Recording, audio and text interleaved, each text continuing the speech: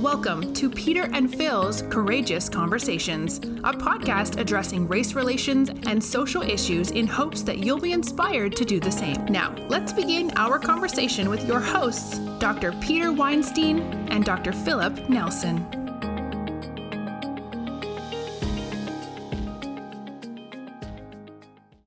You know, we've talked about a variety of different things. At least your major focus, as brought about at the beginning, is in DEI. And I guess now it's DEIB. Or J, or Yeah, I just can't keep up with the belonging, acronym. justice. Yeah, sure.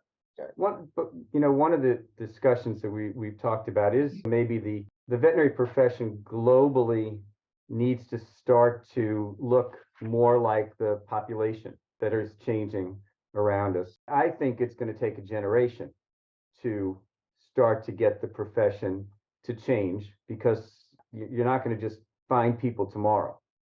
Do you have any thoughts, insights, recommendations? If somebody gave you a crystal ball or all the opportunity to make changes, what do you think is necessary? What do you think we need to be doing more of to start to see more people of color, more diversity in the application pool, and then into the veterinary schools nationally? I would love to hear your take on how do we start to make the change? There's no singular path forward, right? So there's lots of different things that lots of different folks can, should, and need to do, right? One, I do think that we need to develop a culture of recruiting. This profession has had the privilege of not having to recruit because of this genetic anomaly y'all got. I call those folks the called. And I'm going to go back to one of my really old theories that Phil and I have talked about. I come from a family of ministers and deacons and the whole bit. So the whole ecclesiastical framework.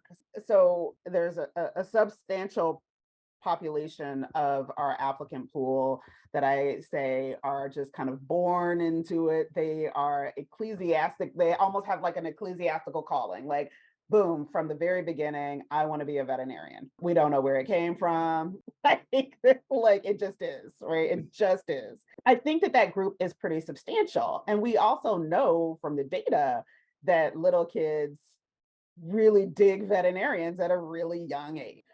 But there is a population that gets negative messaging really early, and not just about veterinary medicine, but just about school, veterinary medicine. They get it about any type of professional pursuits, that this is not meant for them, right? Whether that is because of color, whether that is because of gender, whether that is because of ability, whether it's because they're queer, and especially even men. We know that young men actually get anti-school messaging as early as pre-K. Like they start getting that kind of messaging. And these lead to the types of scenarios that we have now, where it's like, 17% young men, less than 100 men of color have ever been educated in vet med at any given time. Like right now, it's still like not even 80 Black male students. And it's not just because of the criminal justice system. It's not just because of low income and bad neighborhoods. A lot of it is because they're simply dissuaded from opportunities like vet med. And it's so easy to get pulled out of a pipeline that I think that one of the things that we all have to really commit to do is keeping kids in school, right? And supporting school, supporting teachers, supporting kids to really explore their interests and giving opportunities. We need to be sending and expending resources on making sure that kids have exposure to lots of different things in very positive ways, positive reinforcement, and not like, oh, we're going to just do this as an after school thing for at-risk kids. Because the minute that you start labeling at risk, like the risk goes up. We know that. So really kind of getting out there and cultivating this group that I call the muted calls, right? Those are the folks that also have that ecclesiastical call, this genetic thing y'all got, the STEM folks, but they are the ones that get pulled away or sidetracked or off-ramped from the pipeline, from the pathway. They want to be with us, but lots of different exit ramps are pulling them away. And I think that as a community, as a veterinary community, we have to be committed to trying to patch up some of those things. If there are too many toxic Tims and Tammies in some of these work environments, I'm also concerned about what potential students are seeing in those environments as well. If a requirement or expectation of applicants is that they have these experiences, which I think are valuable to a point, what else are they learning in those environments about professionalism and the ability to survive in an veterinary work environment? What is being modeled? And so it's not just about current well-being of that staff, but what are they also starting to introduce to future generations of veterinarians in terms of this is what veterinary work looks like. And so I think that those are some things, but we do need to create that culture of recruitment and opportunity for folks. I mean, I guess I also will be blunt and say less talking, more work. If I hear one more thing of we need more students from rural America, I'm like, okay, so rural America, number one, is shrinking because folks are not having the opportunities that they need in rural America. And two, the data show that they are disadvantaged in the applicant pool. You know, this idea of we want you, okay, we're not gonna let you in though. Like, and I don't mean it like that, or we don't think that you're worthy, you know, we don't think that you're qualified, or you're not competitive enough, or whatever lingo we might be using. And so I think that we also have to really start thinking about continuing to think about the way that we think about the application and what we're asking and expecting of applicants and how we evaluate those things. But that's not new. That's an ongoing annual thing that I think all of us are doing, but I think that we need to dig in a lot harder on that as well. Before Phil goes, I'm going to say take homes: a culture of recruiting, and improve the messaging about the profession that makes it less toxic in its appearance and more welcoming in its appearance. Sure. Yeah. Okay. Thank you. You and I have had multiple conversations, and you know that I think the key to making any profession pluralistic is education, is access to quality education. I think it joins every issue your stream of consciousness just raised. It addresses the ability to attract and accept candidates from rural areas because they are affected by access to quality education, regardless of their race or gender. It addresses the ability to accept qualified candidates from inner city, where we're more likely to say at-risk students come from, regardless. You know, I hate the labels too, because frankly, at risk implies that there is a personal deficit, when at risk is usually created by a societal deficit. Yeah.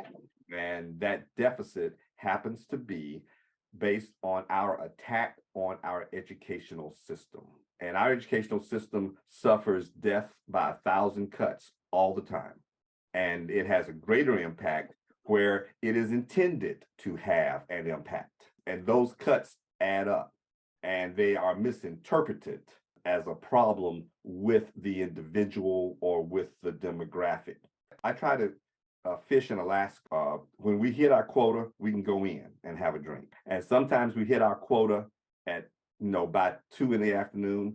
Sometimes we don't hit our quota by that day, but the captain brings us in at 5 o'clock because his day is over. But one day we were fishing and we weren't catching our salmon. We didn't know why. Then all of a sudden we passed a trawler that was about to capsize because it had pulled this great big net of salmon up. And I'm sitting there looking at it and realizing, no wonder we couldn't catch any. If we had known this trawler was in the area, we would have gone to a different area. I think that that's what our structural impediments in education creates. And I believe that many of our underrepresented minorities, many of our poor, regardless of race and gender, are swept up by this structural impediments, including our prison system, our policing practices, our educational deficits. It all Those are all parts of that net. And by the Yeah. time we look at the population, the impact is too great. Yeah. Yeah. And we can't change it at that point. Yeah. Because we're looking at people who have already been through K through 12, already been through undergrad, and now they supposed to be ready for veterinary school. We're way downstream. And I mean, from a larger policy perspective, if I could choose one thing, it would be for the US to believe and act on the notion that education is a public good. We continue to move away from that. We continue to move away from it at our own peril as a nation, I think. Education is seen as, I don't know if I completely still believe that it's the great equalizer, but I know that, and the reason why I struggle with that is because of the metaphor that Phil just mentioned, right? And it's because we don't consider it a public good as a nation anymore, right? If it is a public good, then yeah, it is a great equalizer, but we don't think that. It is get yours and I'll get mine. Talk about unconscious bias. If you got it, then that is a reflection of your skill, of your ability, of your bootstraps, of your whatever. If you didn't, then clearly you were the complete opposite and it is a personal failure. Right. And there was no other influence on that. Right. And that dichotomy is not, it is not sustainable for one, a strong nation, but two, when we drill it down to vet med, it also means that we're going to be, the nation will continue to diversify in terms of race and ethnicity and so many other demographic markers. But unless we embrace that as a community, as a profession as well, that we believe in access, that we believe that there is brilliance in everyone, then even in the midst of dramatic population shift, we're still going to be behind the curve. We will change, we will evolve, and we will continue to get more diverse, but not at the rate that is possible. I was enamored by a Mississippi politician who said, the people keep telling me that you just can't throw money at that education, that won't work. And then he said, how do we know? We've never done it. Let's try it first. We throw money at everything else. We got to the moon by throwing money at it. No. No. We've thrown money at education. We've just thrown money at parts of education for certain people to access. And we know for those demographics, throwing money at it works. When you've got people paying $24,000 a year to get into a kindergarten in a private school, when we've got pretty darn good public schools, then the money is not being directed in the right direction. Right. There's this culture of recruiting, which I absolutely love, and needs to start at kindergarten and elementary school if we really want to make a difference long term. Has a big problem with it in the sense that only 50% of the veterinary profession actually recommends people become veterinarians. So when the top recruiters, which should be us, aren't cheerleaders for our own profession, you're losing half of the people that should be out there getting in front of these kindergarten and elementary school classes too. So we've got a big mindset change that maybe it goes back to well-being, maybe it goes to work environment, maybe it goes to all of these different things, but it makes it really hard to make a change, to steer the Titanic if everybody is not rowing in the same direction. Fact check. Where did that 50%? The Merck study. The Merck study said 50% of our people do not recommend veterinary medicine as a career. Correct me if I'm wrong, Lisa, but it's around that. No, but I mean, that's been consistent because when we did a study probably about a decade ago, it was similar. Yeah. It was similar. And for me, that just reflects the conservatism of our profession. There's a basic conservatism that says that leans toward negativism within our profession. So funny you should mention that. One of the things that I studied in my dissertation was values held by veterinary leaders. And so, I certainly looked at deans, but I looked at House of Delegates and the executive committee of AVMA and certainly a number of other groups. And the profession is very traditionalist in its values, very fairly conservative. It doesn't, and what we mean by that isn't that we're not talking about traditionalist and conservative in political terms, though certainly, folks might interpret it that way, but it's not really that. It's really more of a resistance to change. Like, this is the way that the profession is, and this is what it looks like. And yes, we're not that far removed from, the horse and buggy and the mixed animal practice. This is what veterinary medicine looks like. And anything that possibly deviates from that, it gives us kind of the shakes a bit. Like, it makes us upset. It makes us It's a threat. A little word. It is a threat. It's seen as a threat. Right. It's seen as a threat, right? And how does the profession see itself? It's not even just that it's how people see it. It's how does the profession see itself? And what does that change mean? And again, it gets back all the way to the beginning of our conversation, where folks think that change always means loss. And it doesn't. It just doesn't. But if you hold value sets that tend to be more traditionalist, that your primary, this is one of the other shocking things that I found, is that I worked for nursing for 4 years, and they are a group that is similar, where you really embody the identity of your profession. So like, we know a lot of folks know nurses, and you meet a nurse and they are a nurse until they die. You can etch that on their tombstone. They were a nurse. Veterinarians also have this kind of identity in terms of, we are veterinarians, but the difference is that this profession casts out based again on practice area. So like, what does it mean to be a real veterinarian, big V, versus little veterinarian, little v? And it's like, oh, that person isn't a veterinarian anymore. And so even though that person still wants it on their tombstone, this group over here has determined that it's not, right? And so it gets into this kind of very traditionalist, very conservative in terms of how the profession sees itself, but still very fractured, which is going to be a reduction in the power of impact, right? In terms of what's possible.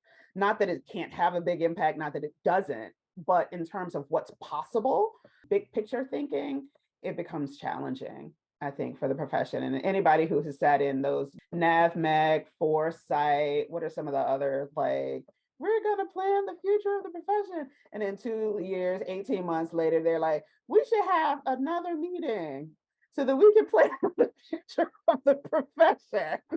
And then, 24 months later, we should have another meeting. And I'm like, we just finished this process. And to me, that is, from a research perspective, that is the result of that fracturing. Interesting. So your thesis was on veterinary leaders. Yeah. And to me, sometimes veterinarian leaders are oxymorons. No, no. I do think, though, that Talking about himself. Right. No, I'm not talking about everybody, but I do think that we don't always have strong leaders and in all sorts of representation.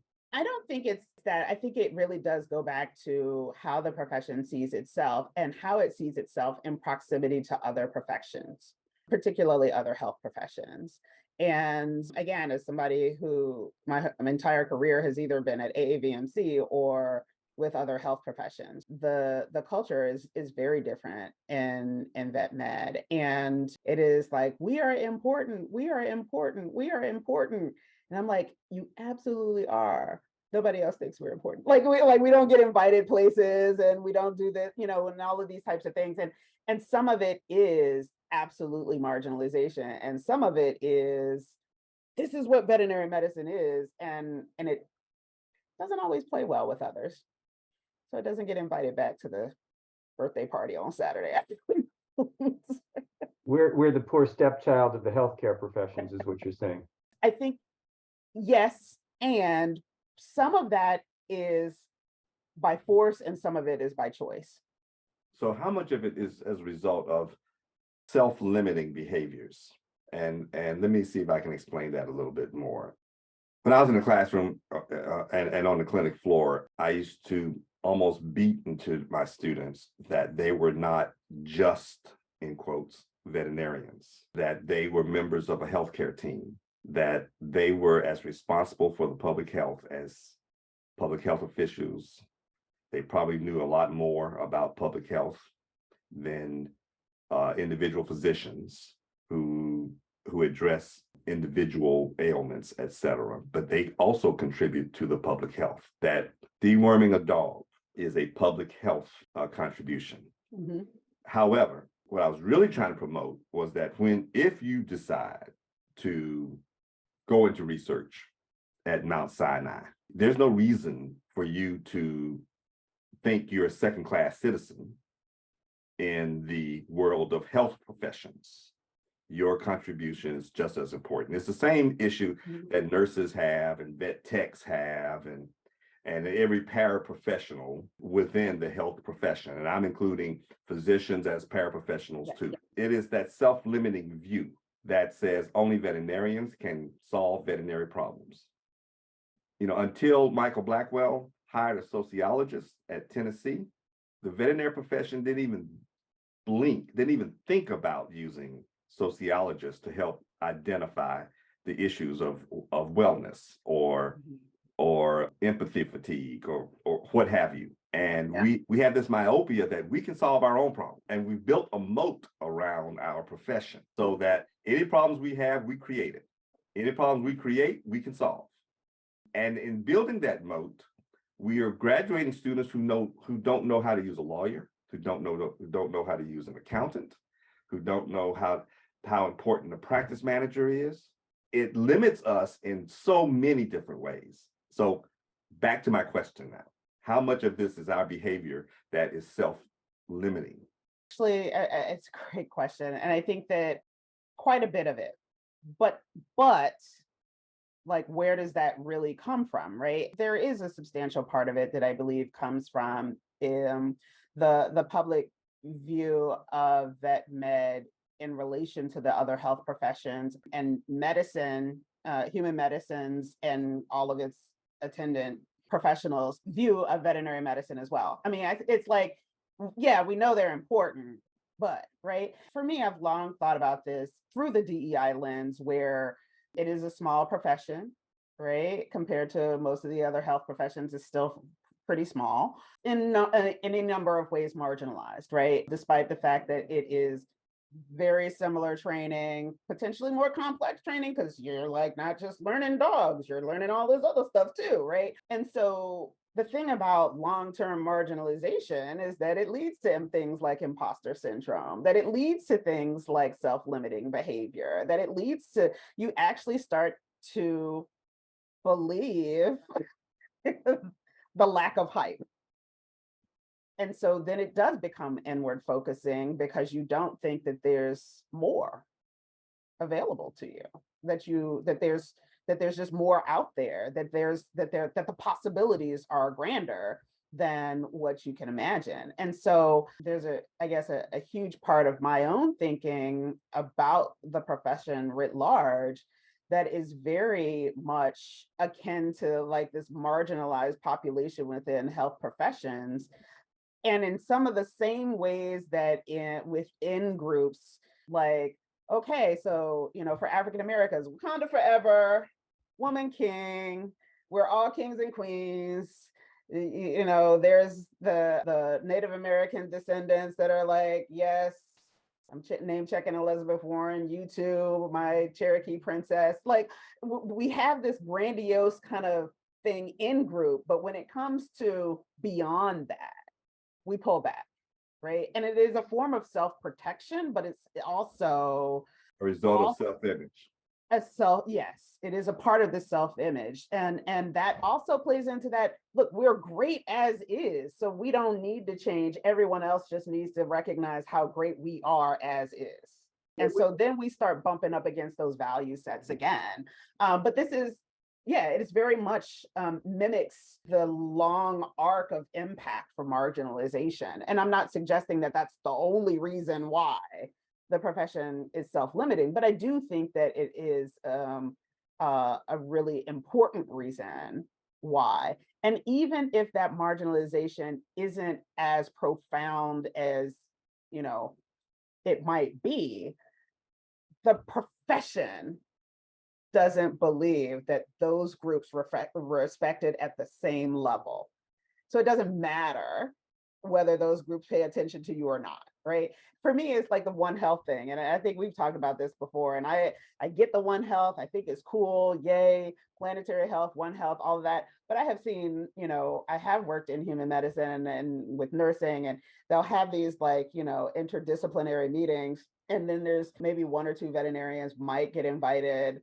And veterinary medicine, you know, will then go and have multiple One Health meetings with no other health professions invited. Like it's just veterinary medicine. And I'm like, okay, so neither of these meetings are going to work well long term in terms of thinking about this at a systemic global level. Speaking at the companion animal level, maybe the profession in general, but we have an identity crisis. We have identity issues. We're not really sure whether we're healthcare providers or service industry. Because unlike human healthcare, which has got insurance to buffer the pocketbook, we are a cash and carry business. And so it's a different, you know, you don't have a doctor standing there negotiating your treatment plan about what you can afford, but you have your veterinarian doing that. So we really have some identity issues, at least in the companion animal side, maybe a little bit less so on the food animal and higher level equine side. But yeah, I think we try to balance. We want to be doctors, but we have a business that we're running concurrently. So it kind of ties into everything you and Phil have been saying. I want to push back on that a little bit, Peter. I think that's a bias that you bring to the table because of your understanding of a successful business. It's not that I don't acknowledge or see the strains of business as a potential distraction, if you will, from the medicine and the survival of that. But I don't think absence or presence of insurance is an important factor here. I think this is as to whether or not a person sees themselves as a service industry versus a member of the healthcare professions. I think you're going to have struggling practices, yes, people who may not have been prepared for business, but I don't think it changes their view about what they're doing. They're either failing or they're succeeding. Go ahead. I think it changes the client's perspective in that clients don't really, well, I mean, aside from vet med, clients, I mean, we don't typically understand what healthcare actually costs, despite the fact that we all have sucky healthcare insurance, right? And so when we go to an environment where we actually have to pay, it is like, how is this that when my copay for MRI is blah, blah, blah.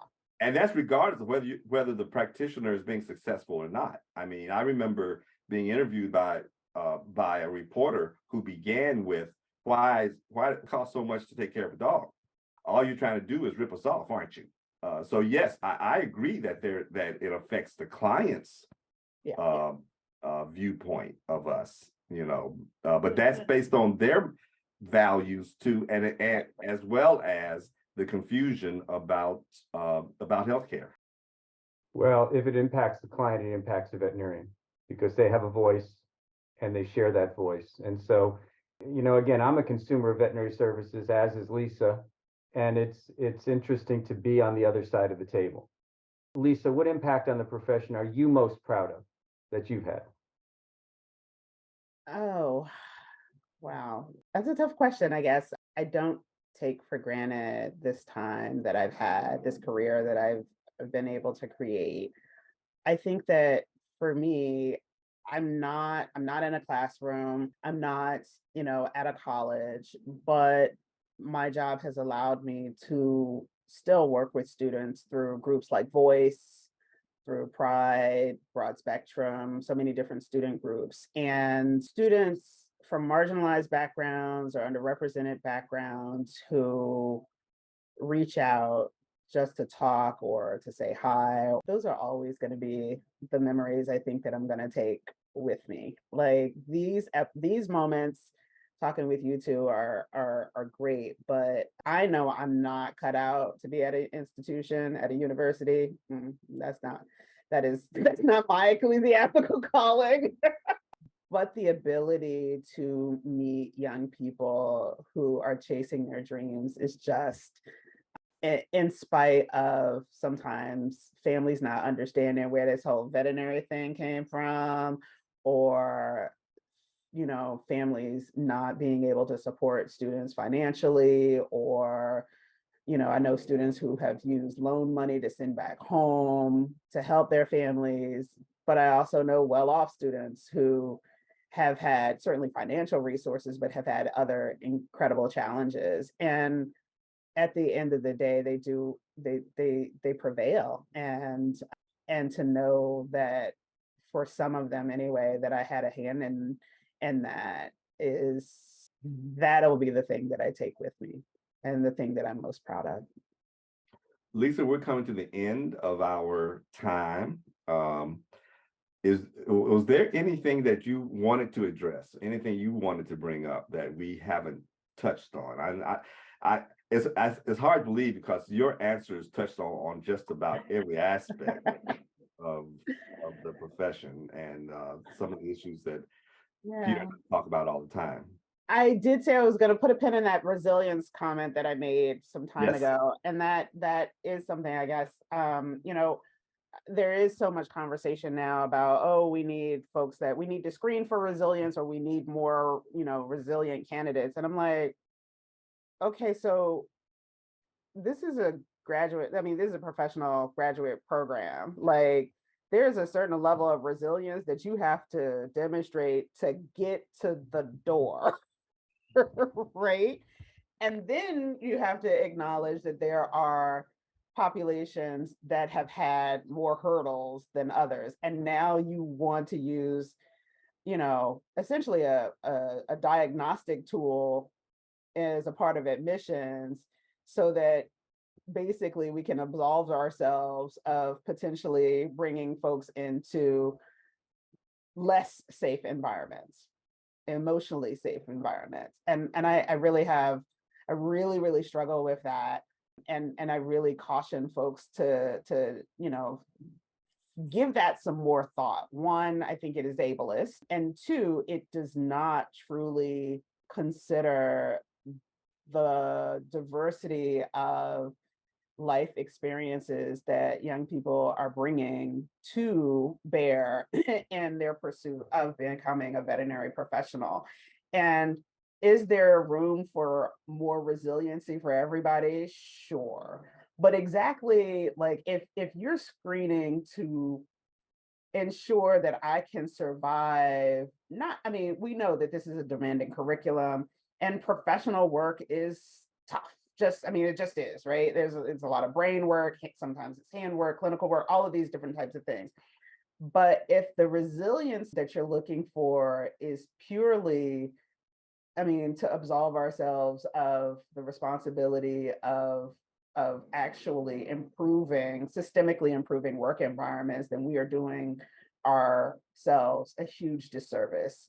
And I also think that for me, there's some real moral questions about whether or not, the moral and ethics around recruiting folks into not safe environments. And I don't think that people mean it that way, but I think that that's, for me, what that implication is. And at AVMC, we did a workshop earlier this year at our conference about essay prompts in the application process. And it's like, tell me, what kind of diversity you're bringing to, the class, what will you bring to the class and everything.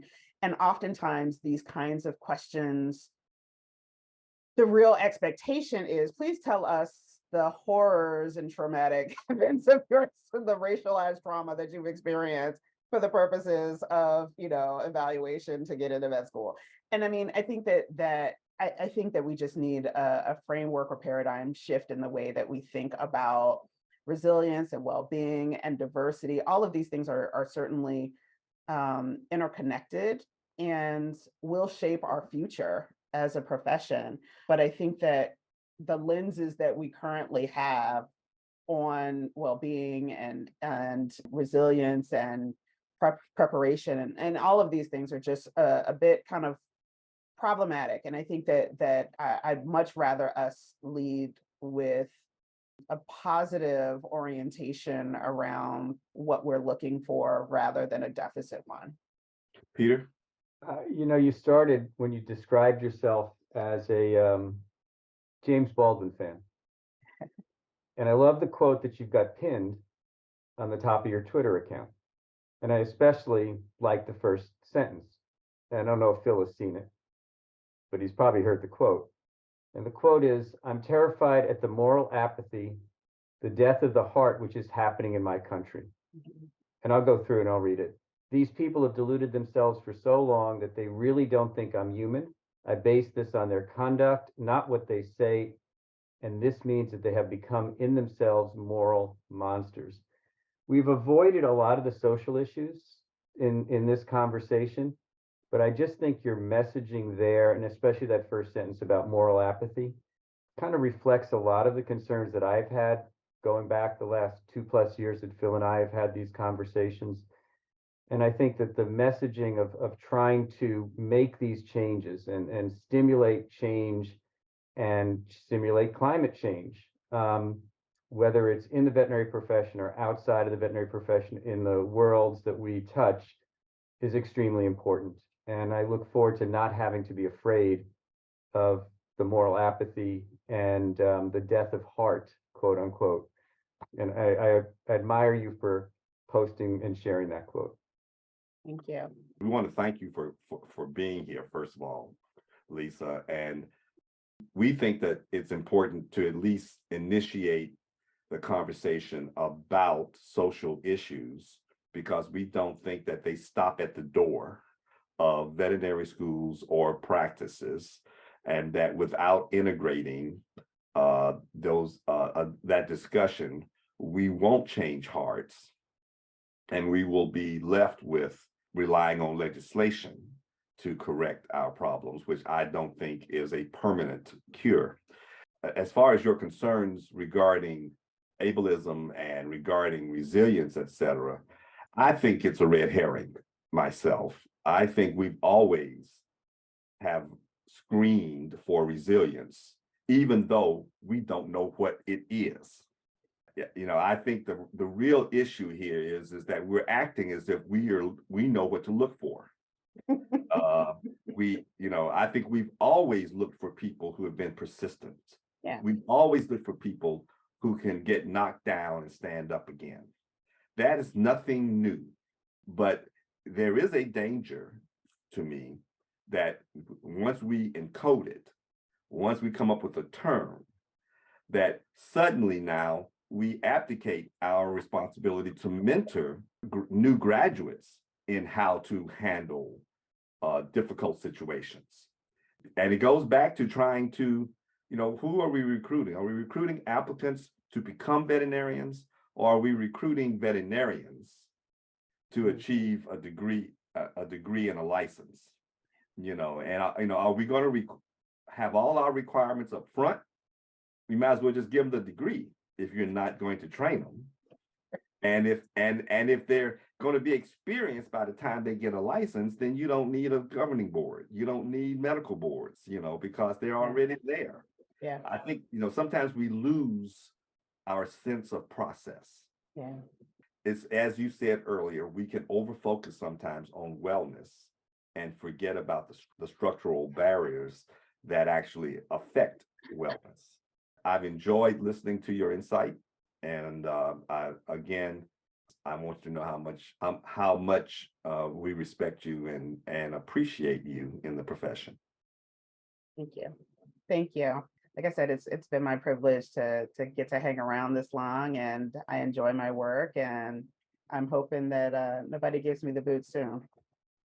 It's been a pleasure from my standpoint, who hasn't spent as much time with you as Phil, and to learn more, to share some thoughts and ideas, and learn about your road to this place, and also your thoughts as to how we can continue to strive to improve, whether we're STEM folk or social science folk. And I think we could have gone on for a few more hours talking about some of the different issues. And yeah, from a resilience standpoint, this is a marathon, not a sprint. And welcome to the marathon. Welcome to the marathon.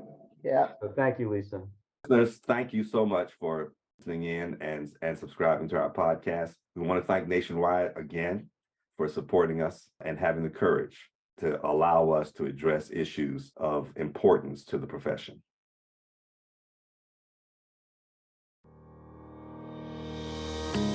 Thank you for joining us for another courageous conversation. Be sure to follow us and check back next week for more.